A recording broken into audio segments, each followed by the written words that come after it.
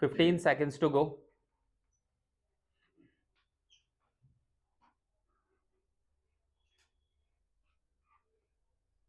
5 seconds to go. Mr. Deputy Chairman, sir, it was a pleasure to listen to my friend, but I thought that he would launch his maiden speech as the leader of the opposition with a statement that the season for friendly opposition has started. But I am afraid he has a job requirement, and precisely for that reason, he has used a very critical line. He has said towards the end that he was impressed by the finance minister's speech, but he was disappointed after reading it. My submission is, if he reflects deeply and dispassionately, he will again go back to his initial reaction. He will remain impressed, perhaps more impressed than what he thinks he should have been. I think it is unfair to say that the diagnosis is partition, and also unfair to say that remedy is going to be worse than the disease. Now, I submit for the consideration of the honorable leader of the opposition that history always does not solve the problems of tomorrow or today. His basic thrust has been that there is a problem. The country is facing crisis, an economic crisis, fiscal crisis, the foreign exchange crisis. It is good to confess that we have a problem. Who contributed how much is a matter of detail. That is a matter of debate. But can you escape the responsibility that this also contributed in a large measure and contributed in an irresponsible manner at a time when the economy was most vulnerable?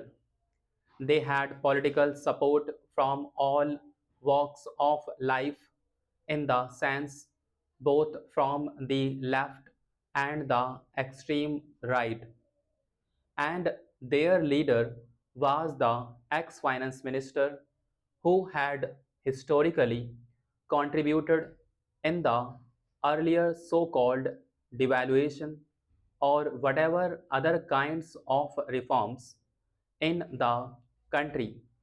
So, who is preaching?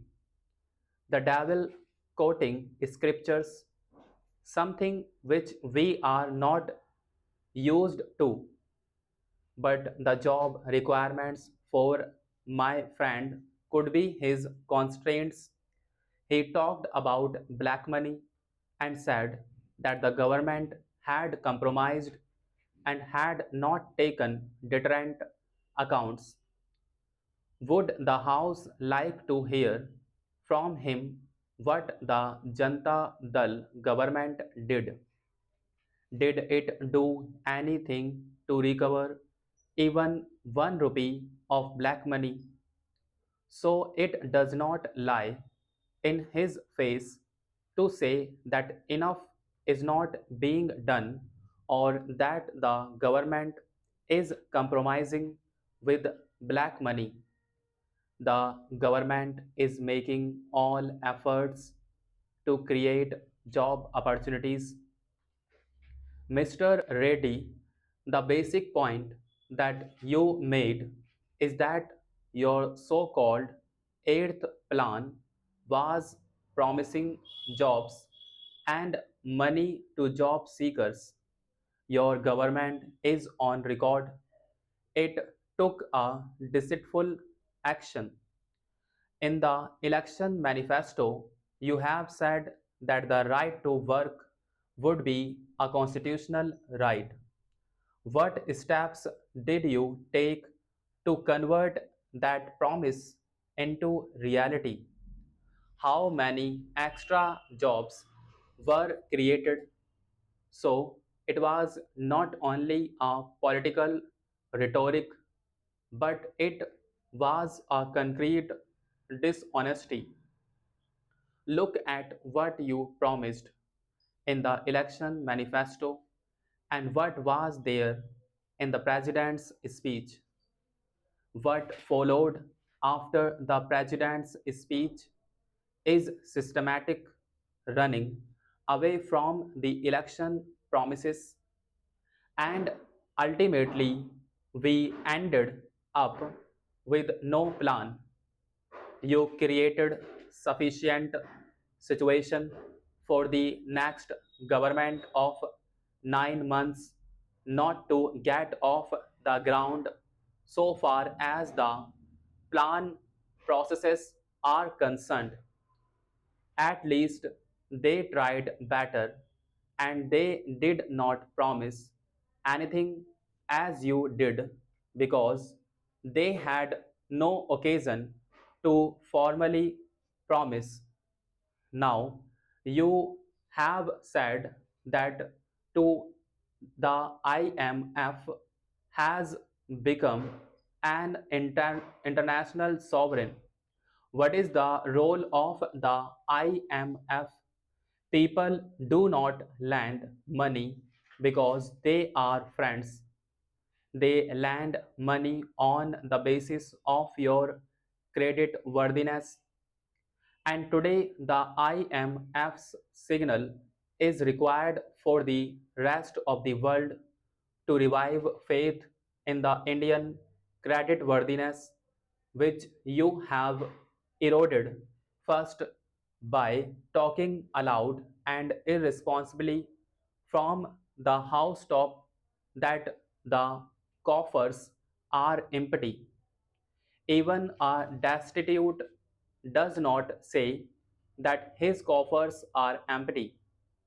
On the one side, you are saying that the coffers are empty, and on the other, you are trying to collect resources from all over the world. Secondly, not only you shouted that the coffers were empty, whether they were empty or not, but you took sufficient step to deliberately make them emptier. So, if you go into the history, the recent history also, that will help your memory, that will also help in moderating your reaction to the budget proposals and taking a more mature, responsible, and national oriented posture towards cooperation and the enthusiasm behind cooperation so far as economic reforms are concerned. I am glad that he has taken note of three crises: fiscal deficit, price rise, and foreign exchange. Let me remind him that in 1987, when your party came to power, what was the price situation? And when you left, what was the price situation? And when the Congress came back to power after yours, what was the track record of the government? What did the government do? We are sure that you have repeated the history of 1987